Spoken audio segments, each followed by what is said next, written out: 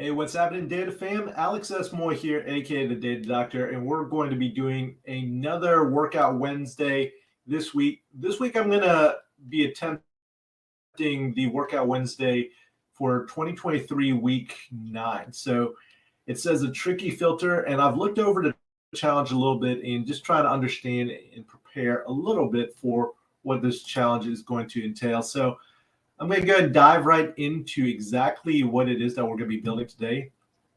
So the first thing I'll show you guys here is this example where it is filtering out key cities. So that seems like there's going to be some sets in here. And then we're going to have it looks like they're looking at cities in Ohio.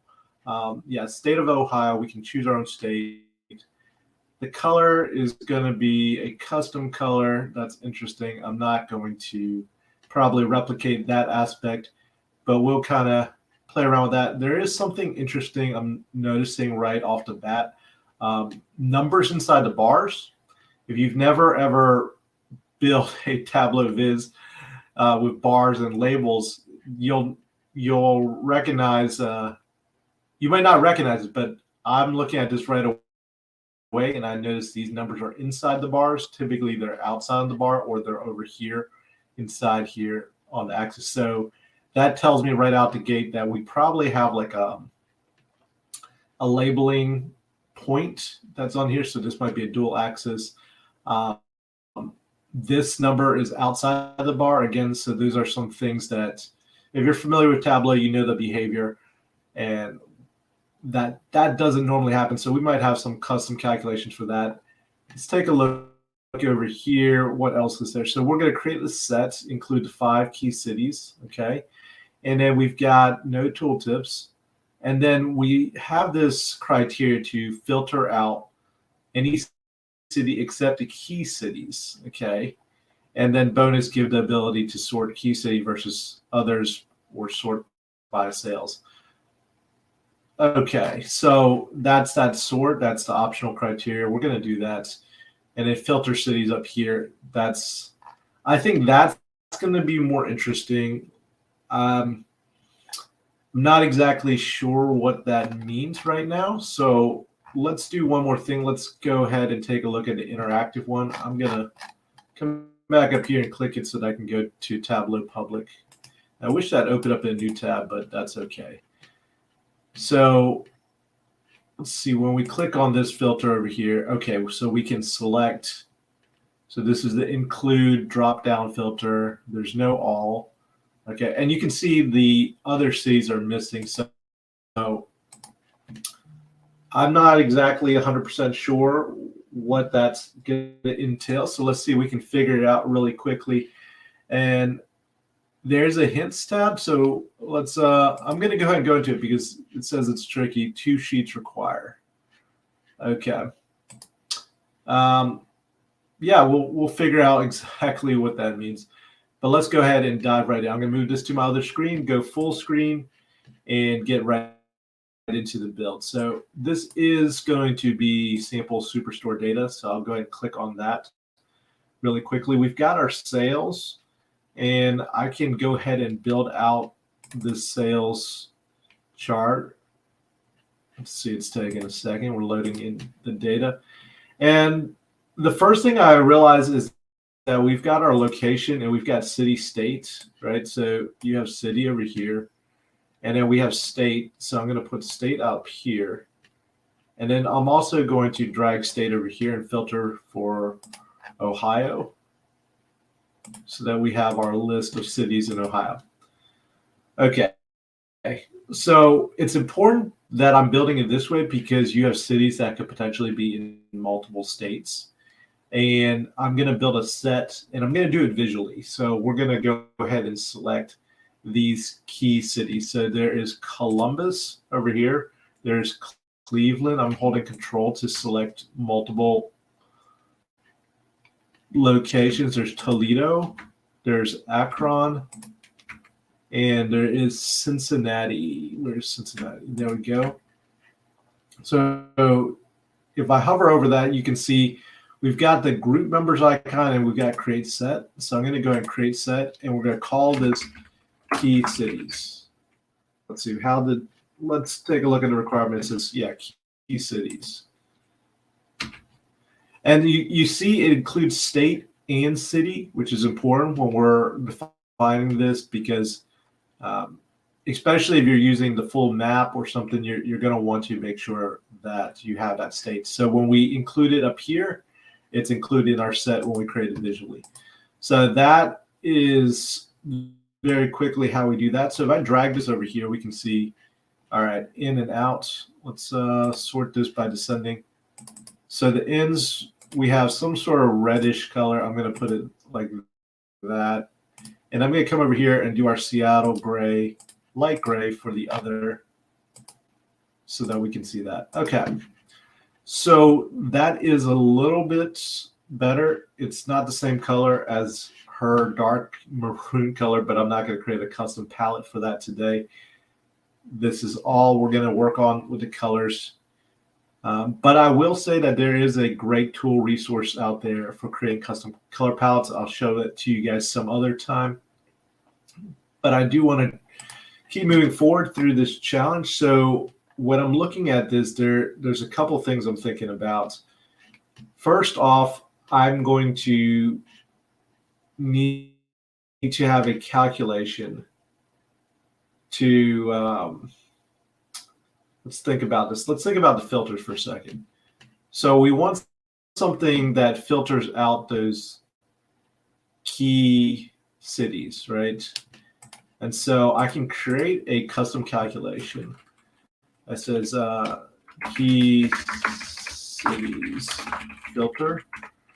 And if key cities, then key else city.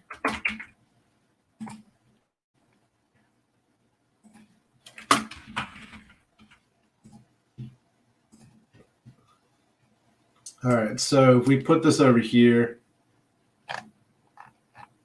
it's going to give us all the cities. Okay, so I think I have an idea of what's going on and what we're going to do over here. So it says the hint said we need 2 sheets, right?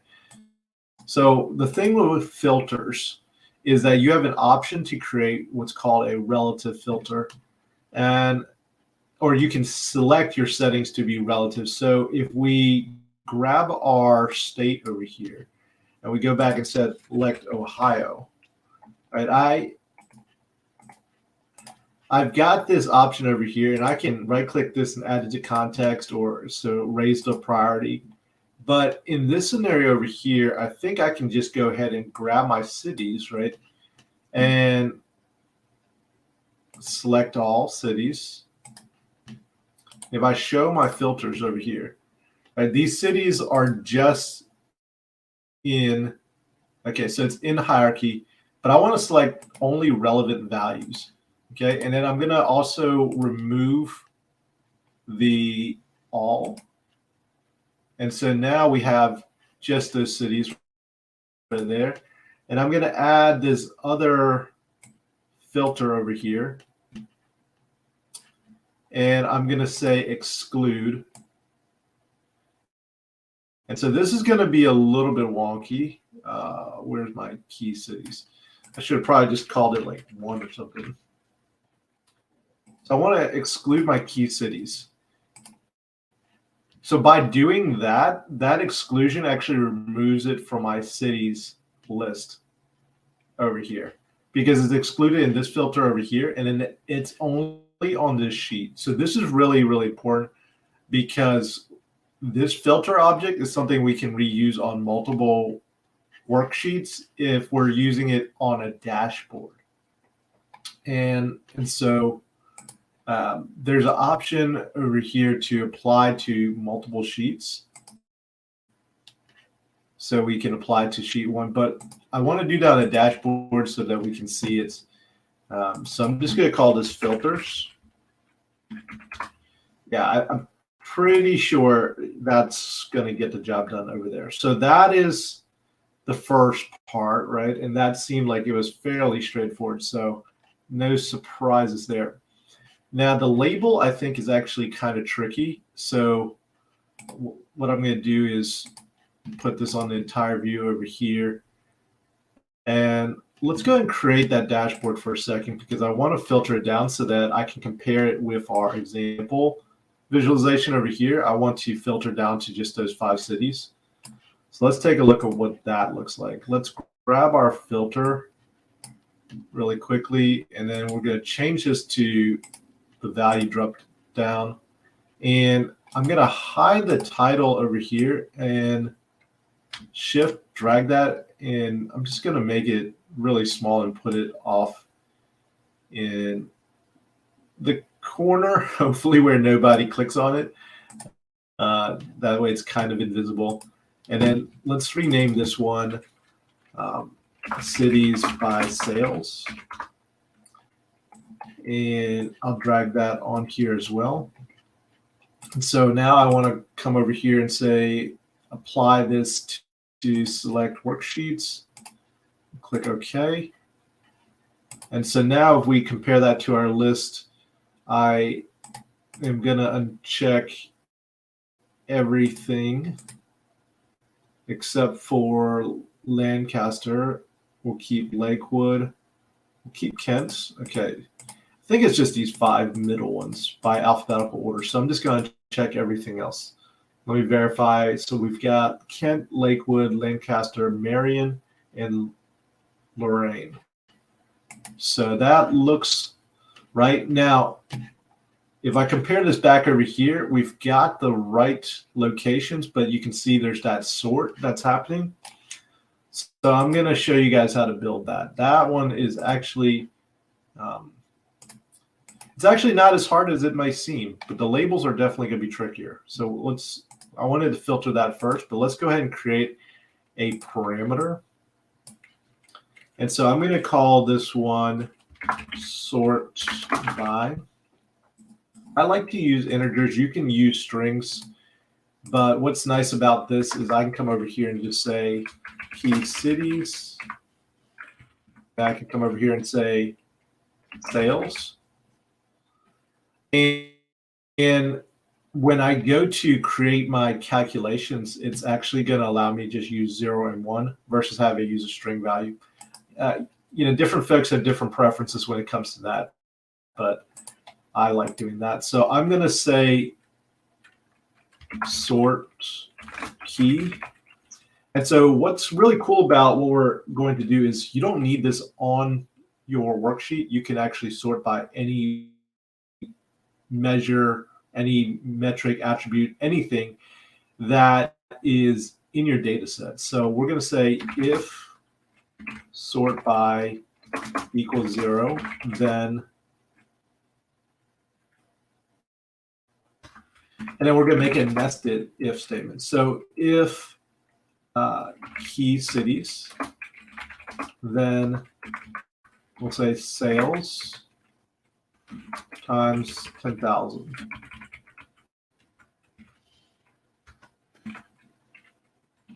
Else sales end. And then we'll say else sales end.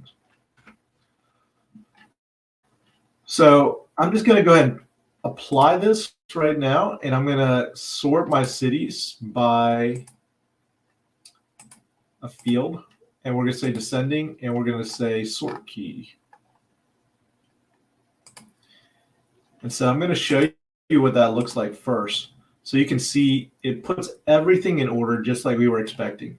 And so the idea here is that for the things that are in our set, in our key cities, we're just going to multiply by a really large number, like 10,000. We can do 100,000. It doesn't matter. It's just saying that I want to scale the sales for the key cities by a really large number. So when I actually sort it, these are, order of magnitude larger than these other sales over here. And so that works really, really well for getting everything to sort on one axis without having to come over here and manipulate the sales value itself. So just changing the sort by over here. So if we show our parameter over here and we select sort by sales, now everything is just being sorted by that sales value. So now that sort is dynamic. So that is how you do that. We can, of course, remove and hide our headers over here. So I'm just going to hide that. I'm going to remove the city's field label for our row. And I'm going to adjust some of these things. But before I do that, I do want to create another calculation. So one thing I'll notice or make note of is when we're looking at this right here, this value is kind of floating outside this bar for Kent's, this 346. And I think it's anchored at roughly 1,000. Okay, so we're going to create, and I'm going to show you why I'm going to do this in a second. A custom calculation over here. So we're going to say sales labels. And I'm going to say if some sales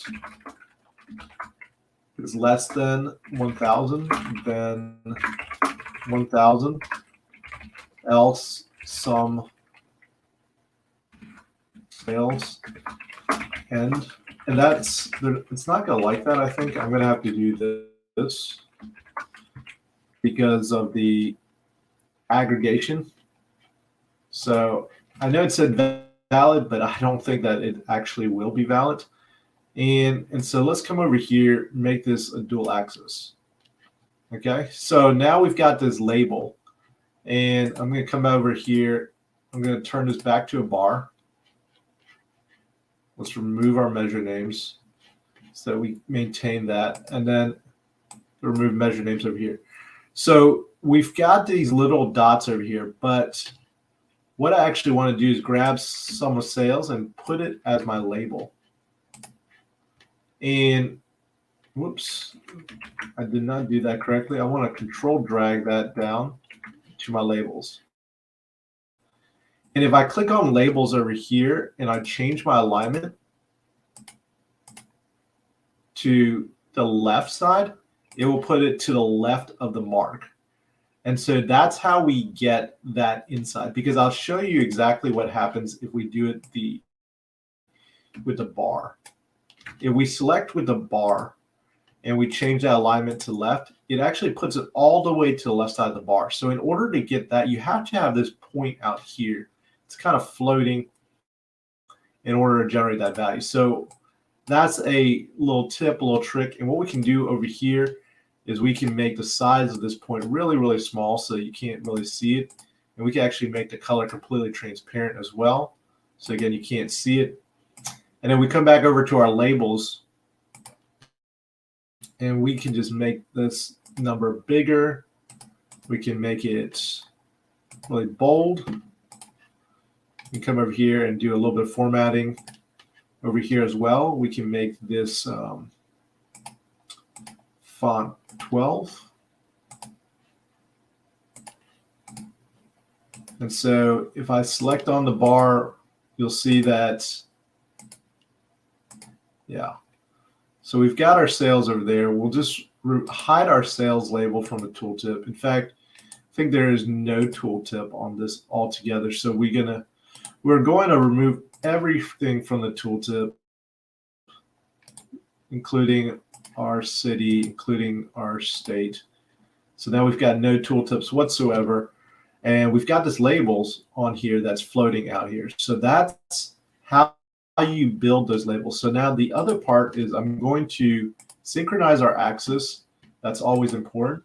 We'll go and hide this header over here. And I'm going to modify our axis because I'm looking at this axis over here. It's got the sales, but the tick marks, let's see, are fixed at 5K intervals. What's nice is you can enter 5K and Tableau does recognize that. So we've got our lines over here for that. And then we're just going to clean up the formatting. So I'm going to format this. I'm going to look at my lines. I'm actually going to remove all of our row dividers and column dividers first. And then what's remaining is just this line over here. I'm going to make that a solid line for our column 0. So you come back over here and make that a solid line. And I think that looks really good now. Let's see if we click on our labels over here and format this, make sure our alignment is to the left. Okay, I think that looks really good now. And we've got pretty much what we're looking for from the sort and filter, and we've already seen the other one. So now it's just time to put it all together on our dashboard. So let's go back to our dashboard, and we'll just say, we'll call this the tricky filter dashboard. And we can come over here, we can add our parameter by coming, you have to do this by clicking on one of these visualizations. So I want to do this, let's see, it looks like this might be a floating container. So I'll show you guys exactly how to do that. We can grab a, I'm actually going to use a, a horizontal container. So let's put a horizontal container over here first. And I'm going to use the blank object trick because I want to actually have multiple containers in here so that my labels line up. And hold on for a second. Let's grab that horizontal container and make it a little bit bigger. So I've got two blanks over here, and I'm going to put my vertical container in the middle. And what I'll do is I'll put my sort by in the vertical container, and I'll stick the other one in there as well. I'm going to hide the titles. All right. And so now we've got our drop down for our cities. And then let me move the order of this, maybe. So our key cities are sorted by is at the bottom. I'm going to remove this one because we already have enough. And then I'm going to add another vertical container. So over here, I'm going to add my text object. And then the first one is going to be filter cities. And you might say that seems a little bit unnecessary, but I will tell you, having done this in Tableau quite a bit, if you're building and you want something to be, say, pixel perfect, containers are the way to go. And there's a lot of different ways to build this stuff out, but this method works really, really well for me. And so I'm going to say evenly distribute content, and I'm going to do the same for this.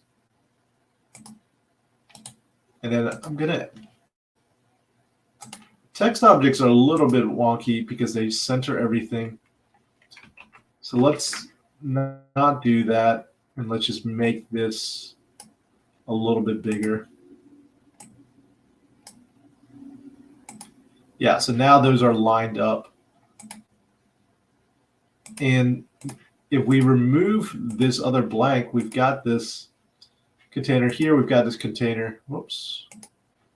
Looks like this came out of the container.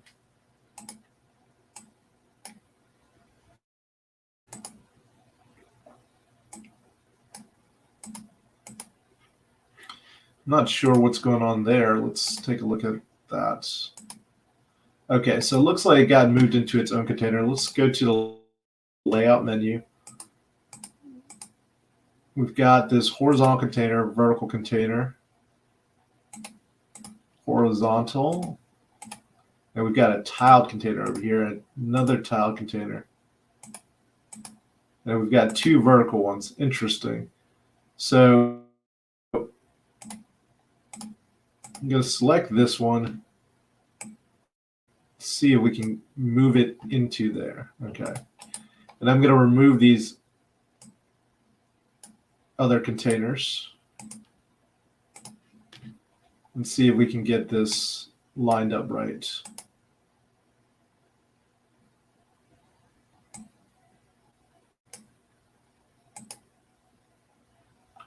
Okay, so I think that looks good now.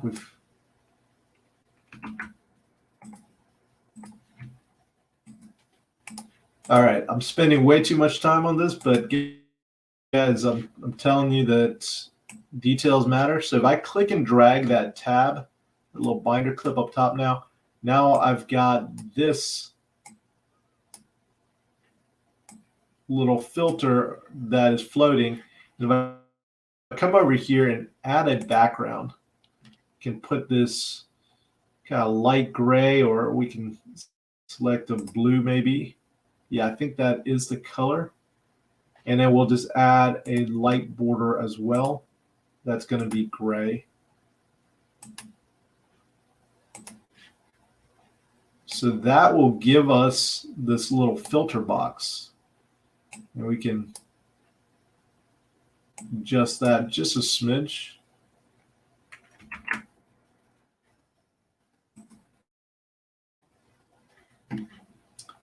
It is tricky grabbing on that, so I do like to use the item hierarchy on the layout portion in order to arrange that sometimes. So that's how I will build out that filter section right there. Slightly different style, I think, than maybe what we see by Erica, but I think that does get the job done. It looks really good in my opinion. Let's come over here. I'm going to make this a little bit smaller. I'm going to come back over here, make this whole thing smaller as well. All right, so I'm going to stop messing with that now. I think it looks good enough right there. So we're going to go ahead and leave that there. So if we come back, that's floating. We've got our filter sheet down there that's floating. And we've got our tiled, we've got a horizontal because that's a remnant of some of those keys that come in.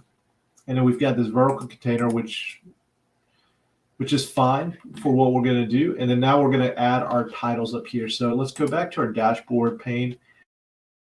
We'll grab our text objects, put it up here, and we'll say Workout Wednesday, right? So we'll add our WoW 2023 week 9 tricky filter. So I can make this a lot bigger. Let's make it even bigger than that. And then the following text: can you allow users to filter out any city except for a select few key cities? And key cities is bolded, and then it follows the same color. I think it is this color right here. And yes, colors do matter, and we could definitely spend time getting things pixel perfect on that. But in the interest of time, I'm not going to spend all that much time on that. And I say that as I go back and reformat all the colors. But I'm going to come over here and make this bold, just so that's a little bit darker, a little bit more emphasized. So now we've got our header up here, not exactly 100% match in terms of the color scheme, but I think it looks really good. And then finally, we're going to add our footer. So we'll grab another text object, put that down here. We'll say data sample superstore. This is our Workout Wednesday 23 week 9.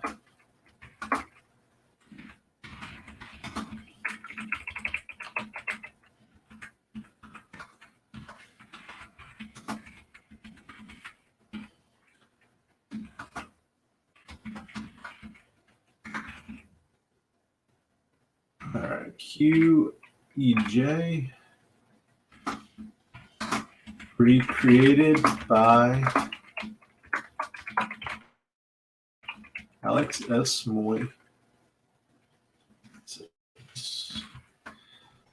All right, so we are finishing this up, and I think everything looks really good. We're going to go ahead and finish adding this footer down here. We'll go ahead and center it. Just a little bit of different flare over there with just the colors. But I think this looks really good. It gets all the same key functionality that we were looking at on our sample. We can change the sort over here. We can come over here, select and add additional locations. And yes, this was definitely tricky using a secondary sheet to create that filter and using some of those relevant values. But we were able to do it, and I think this looks really good. So if you guys enjoyed this challenge, be sure to like and subscribe for more. Follow me on Twitter at AlexSMoy86. And I look forward to seeing you guys next time on this. Be sure to share your thoughts and comments down below if you guys enjoyed this, if you guys thought this was useful. So until next time, stay busy, my people. Take care.